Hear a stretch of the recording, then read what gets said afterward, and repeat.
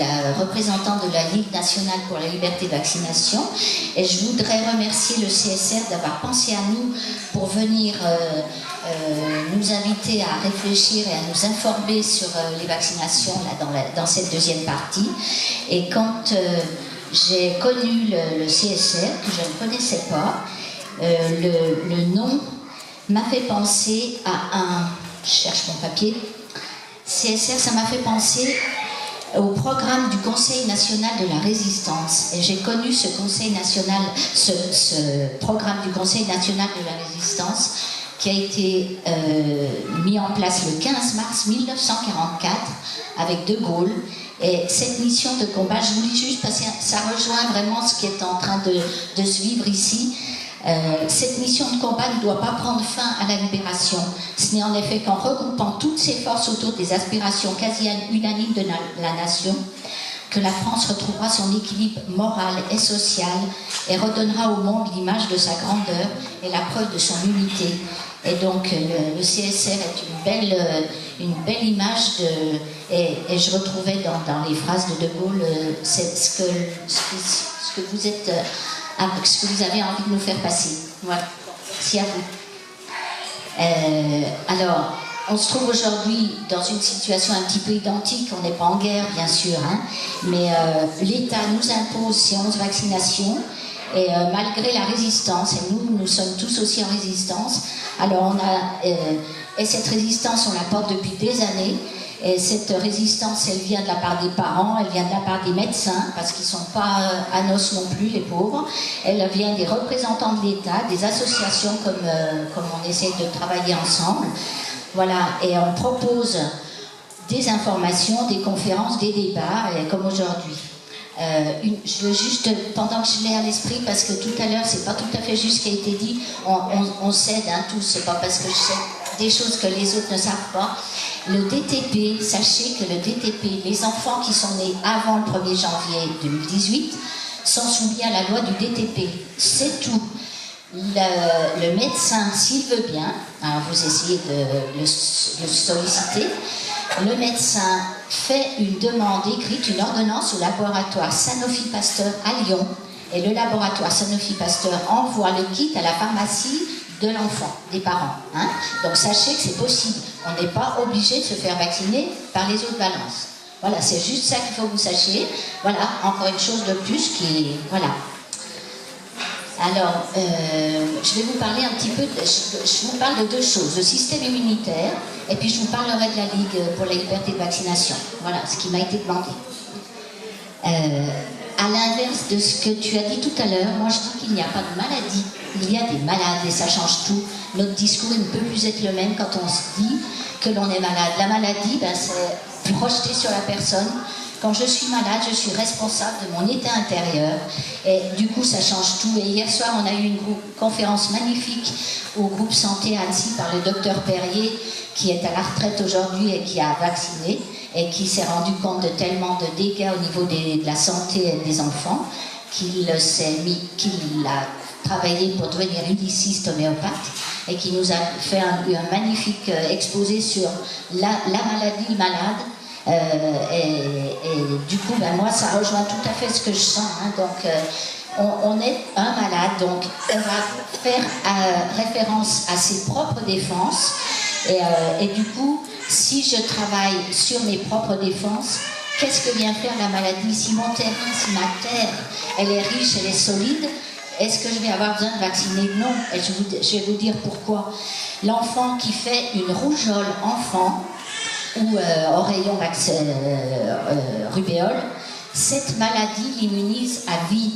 Et on sait aujourd'hui qu'une jeune fille, une enfant, fille, qui se défend de la rougeole, elle s'immunise à vie. Et lorsqu'elle aura un enfant, elle transmettra l'immunité à son enfant. Or, le vaccin n'immunise pas à vie. Et la fille qui aura un enfant plus tard, elle ne donnera pas de défense immunitaire à son enfant. Voyez? Donc déjà, une première explication. Qu'est-ce que c'est que... Donc pourquoi vacciner? Nos défenses immunitaires, il faut savoir qu'en gros, Elles sont fabriquées dans le cerveau, dans notre intestin. La peau aussi est une barrière à nos défenses, nous aide à nous défendre. Et pourquoi tout à l'heure il disait que bon, il faut être dans le positif et dans la spiritualité, oui, on a à travailler notre cerveau. Si on est en état de peur, qu'on vit une catastrophe, qu'on vit une guerre, qu'on vit un conflit, bien sûr que nos défenses seront diminuées parce qu'on est dans la peur. Donc pourquoi rester dans la peur? Le travail que j'ai à faire aujourd'hui, eh ben, j'observe ce que je vis et je vais faire un travail sur moi pour sortir de la peur. Sinon, c'est sûr que mon système hormonal qui est tout de suite récupéré par la peur, va nous mettre en difficulté. Et quand vous pensez que, une petite parenthèse, le cholestérol qui est fabriqué par le foie, sert à la fabrication de nos hormones. Hein? Donc le cortisol qui est issu du cholestérol, et le cortisol c'est l'hormone qui vient faire nos défenses immunitaires, nos défenses du stress. Quand on a un stress, c'est hop, les reins, les surrénales fabriquent ce cortisol, mais ce cortisol il est issu du cholestérol. Donc pourquoi, vous voyez, c'est tout ce cheminement-là, notre corps c'est tout ça, c'est un tout. Et si je fais ce travail de défense et de prendre soin de mon terrain, eh ben, moi j'ai pas besoin de vaccination. Et du coup, je vais un petit peu plus loin et dire les vaccinations, elles ont apporté des choses. Moi je vais dire les vaccinations, on n'en a pas besoin si on est dans cet esprit-là. Vous voyez, c'est moi, hein, c'est mon analyse à moi. Et donc on a le cerveau, on a le système, la barrière au niveau de la... Hein, on sait que notre microbiote, on parle de ça aujourd'hui, le microbiote c'est un équilibre entre les agresseurs, les antigènes, et nos défenseurs, les anticorps. Voilà, donc ça, on a des guerriers et puis on a nos défenseurs. Et il faut qu'on arrive à vivre en harmonie avec tout ça. Si de nouveau on veut faire la guerre, on n'y arrivera pas. Hein? Et nos défenseurs, les anticorps, si on est dans la peur, ils n'y arriveront plus non plus à se défendre. Et on va devenir malade. C'est cet équilibre de la santé qui va être perturbé. Et si je deviens malade, eh ben, j'arrive plus à... voilà, je fais plus ce qu'il faut. Donc, comme il le disait tout à l'heure, on va repartir avec de l'homéopathie, des plantes, du repos, une hygiène de vie, un mental ou un travail dans la spiritualité aussi, pour retrouver cette défense et pour retrouver l'équilibre et la réharmonisation. Alors, un autre... j'ai encore le temps. Un autre... pourquoi vacciner? Quand on sait qu'en Inde, une étude a été faite en 1982, 90% des enfants sont protégés. On a fait des études sérologiques dans le sang des enfants. 90% des enfants sont protégés naturellement contre le DTP. Hein? Alors que la vaccination ne protège pas plus que 90%. Donc, à quoi sert la vaccination? Autre exemple, la mère qui allaite son enfant. L'allaitement, les anticorps du lait maternel annulent les anticorps du vaccin. Donc, qu'est-ce qu'on va faire encore avec vacciner à ce niveau-là? Une dernière chose, pourquoi vacciner, c'est avec le tétanos. Alors ça, c'est hyper intéressant. On s'est rendu compte que la toxine du tétanos, quand on fait une injection au niveau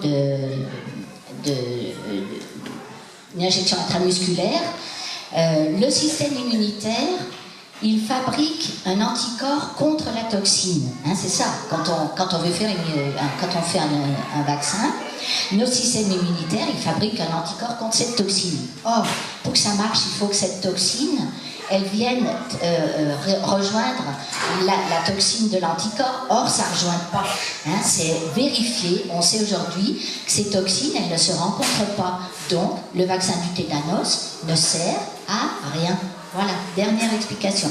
Alors maintenant, il y a voilà. Il y a aussi sachant aussi que le système immunitaire de l'enfant, il n'est mature que vers 2 ans. Il y en a même qui disent que c'est vers 4-5 ans. Donc, s'il vous plaît, si vous pouvez, faites en sorte de ne pas vacciner votre enfant très vite. Attendez le maximum, biaisez un petit peu, faites comme vous pouvez en tout cas. Voilà. Essayez de ne pas le vacciner trop vite. Et je vais continuer avec les dangers des vaccins, je n'aurai pas pour longtemps. Aucune étude scientifique n'a été faite sur les vaccins qui prouvent leur efficacité. Donc ça, il faut vraiment le savoir. Hein, ça veut dire c'est une croyance. Et aussi, les vaccins n'ont jamais fait régresser les épidémies.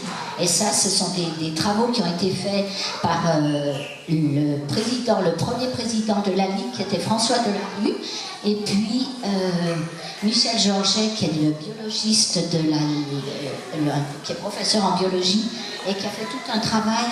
Et si vous aviez un livre à acheter pour étayer votre discours, parce que c'est pas le tout de dire je le sens viscéralement, moi j'étais comme ça, je sens viscéralement, c'est pas bon pour l'enfant.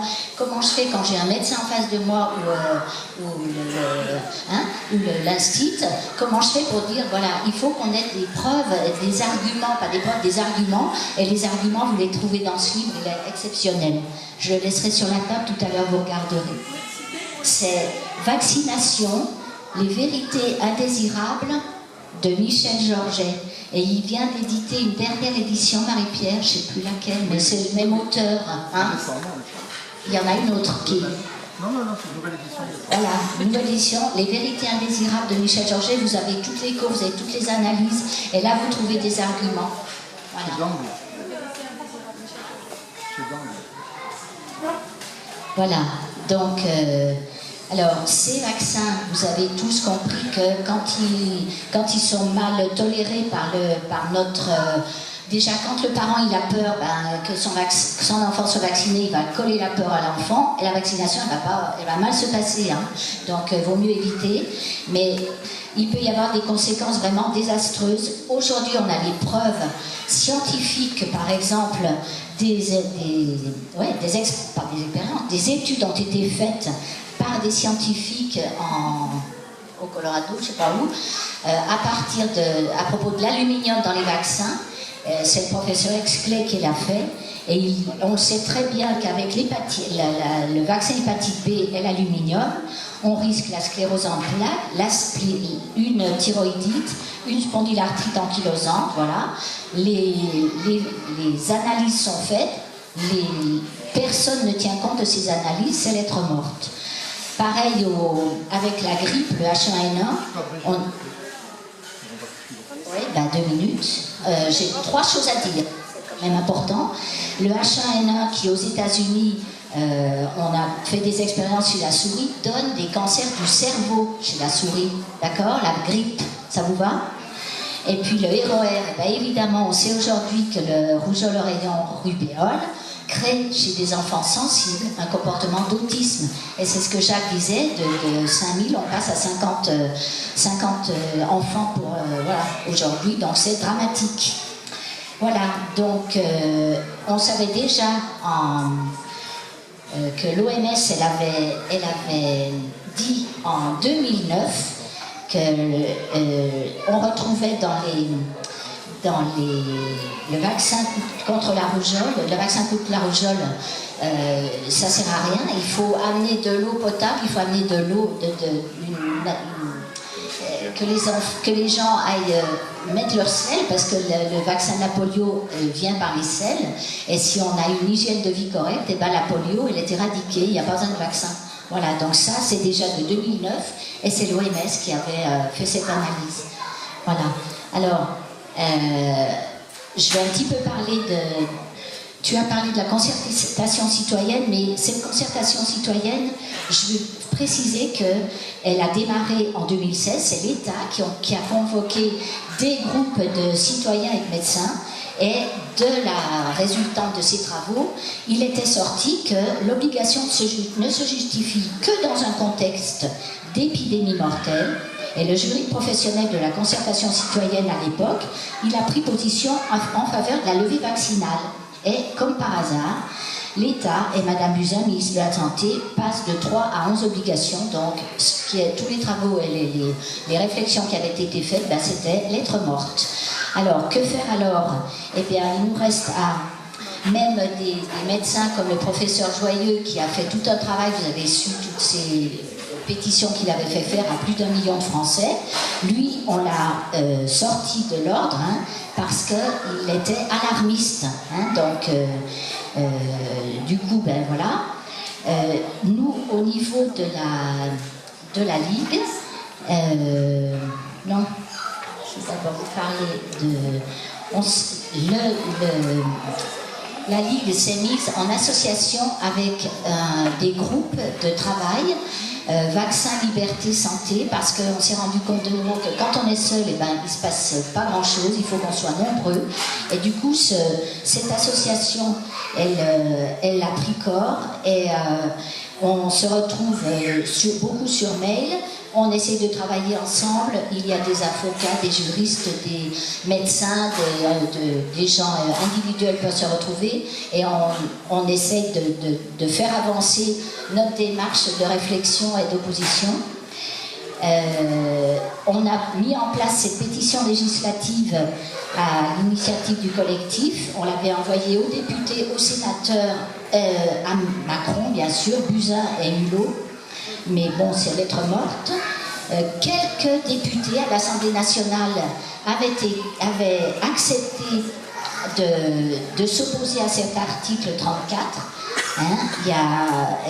Voilà. Et puis, dire aussi que sur la Haute-Savoie, Véronique Rioton avait été à l'origine. Elle voulait s'informer. Qu'est-ce que c'est que cette opposition de tous les gens vis-à-vis des vaccins? Et c'est elle qui a été à l'origine d'une table ronde et où elle a fait venir les gens de la Ligue, entre autres, Dufournet qui était avant président d'Aquarius, et elle a pris le temps de s'informer. Donc ça, c'est déjà bien positif, mais voilà, ça ne fait pas tout. Et il faut dire aussi qu'il y a plein de gens qui ne sont pas d'accord avec cette extension des vaccins. Le congrès des médecins généralistes qui s'est réuni en octobre 2017 s'oppose à cette loi, mais ça va faire comme tout le reste, c'est lettre morte. Et je vous livre une phrase magnifique de Isabelle Adjani, peut-être vous l'avez vue. Cette femme qui, elle parle avec son cœur et elle dit « Faire vacciner un nourrisson, c'est une façon de détruire l'éclat biologique d'un être dès sa naissance. Il s'agit d'un mensonge scientifique qui joue sur la peur des gens. » Et on en retourne à cette peur qui ne doit plus nous habiter. Et il faut qu'on soit solide et qu'on se dise non, pourquoi avec le peu de petits exemples que je vous ai donnés, ça va j'espère vous faire réfléchir, vous dire ce qu'on nous dit c'est un mensonge et il faut que je pioche, il faut que j'aille m'instruire. Je ne savais pas plus de choses que vous, mais à force, voilà. Alors après, je vais finir avec présenter la Ligue pour la liberté de vaccination qui a 64 ans. Elle est née en 1954 et déjà à l'époque, il fallait se bagarrer pour exister, pour refuser la vaccination. Et j'ai appris en piochant qu'en 1881, les docteurs Bones, fondateurs de la Ligue universelle des antivaccinalistes, composés de vaccins et qui avaient organisé un congrès à Cologne, en Allemagne. Vous voyez, déjà dès 1885, ça existe, l'opposition à la vaccination, donc c'est pas d'aujourd'hui. Et au fur et à mesure que l'État nous l'impose, on s'oppose. Et voilà. Tu parlais tout à l'heure de la loi Kouchner. Et cette loi Kouchner, elle dit qu'aucun acte médical ni aucun traitement ne peut être pratiqué sans le consentement libre et éclairé de la personne. Je le redis parce que vraiment, il faut qu'on l'ait en nous, ça. Il ne faut pas lâcher. Et donc, elle est née, cette ligue, juste le départ de la ligue, elle est née d'un cas de variole en France. Et Monsieur le maire, il avait servi de prétexte à une campagne de vaccination massive. Et en même temps, la polio devenait... ils avaient envie de mettre le vaccin de la polio obligatoire. Et le maire, Monsieur le maire, qui a été après responsable de la Ligue, on a fait tout un travail aussi d'écrire des articles. Il y a eu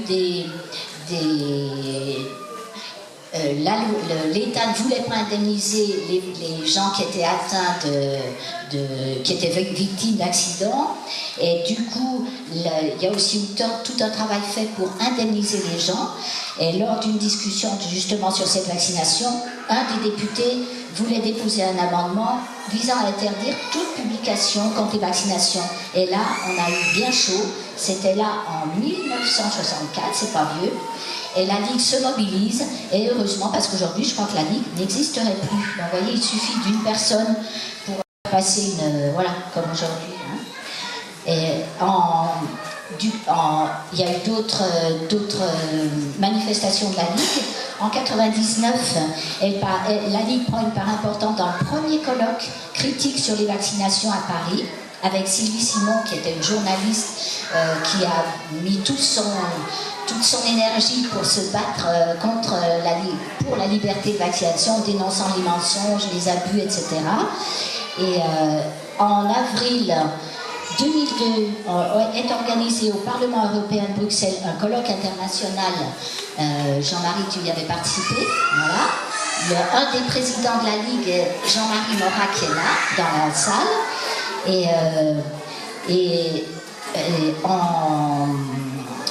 y a eu aussi des rencontres avec les ministres, évidemment. Il y a tout un travail de formation des gens et d'information, hein, ce qu'on essaie de faire aujourd'hui. Et je vais terminer en vous disant que la spécificité de la Ligue, c'est qu'elle conteste l'obligation, légale ou indirecte, et qu'elle cherche donc à faire changer la loi, la politique et la pratique en la matière. Voilà. Merci de votre attention.